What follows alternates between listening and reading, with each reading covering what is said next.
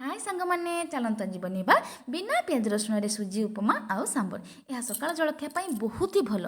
प्रथम कड़े किसी घी पकई से किसी जीरा और आपण हिसाब से सुजी पकेबे। तापर ताको भल भाव में नाली हवा जाए भाजबे। से भितर किसी हरड़ डाली को पानी रे बतुरे देबे।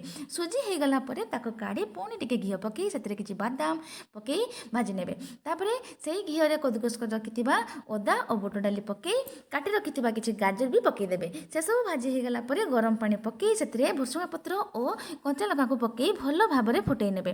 तापर भाजी रखिथिबा सुजी और बादाम को से फुटा पानी रे पकई देबे। आपण हिसाब से लुण टिके देई ताको भल भाव में घांटी देबे। किछि समय पर हो गला उपमा रेडी। तापर जिबा आमे सांबर बनेबाकू। प्रथमे गोटे प्रेसर कुकर नै सेतिरे किछि तेल पकेबे। तेल गरम हो गला परे सेतिरे किछि मेथी सुखिला लଙ୍କା कला सरिष पानमहुरी धला बेरी आ जीरा पकेबे। ए सब हो गला परे किछि अदा और भुसुंगा पत्र पकई भाजी नेबे। तापर सेतिरे हळदी गुंड लଙ୍କା गुंड जीरा गुंड धनिया गुंड पकेबे और काटी रखिथिबा किछि आलू गाजर बैगण गोटा बिलाती दुईटा पकेबे और बतुरई थिबा डाली को मध्य सेतिरे पकई भल भाव में भाजी नेबे। तापर सेतिरे आपनक हिसाब से लुण देई किछि गरम पानी पकेबे। तापर दुईटा सीटी आसीबा जाय प्रेसर कुकर को छाड़ी देबे। प्रेसर रे सीटी आसीबा परे सेतिरे थिबा बिलाती को फटई आ किछि गरम पानी देई फुटिबा को छाड़ी देबे।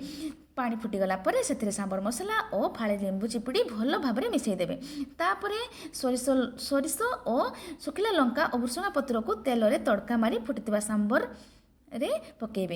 एबे हे गला सांबर रेडी। चलतु देखिबा आम सांबर केमिति लागुची आम स्वामी को।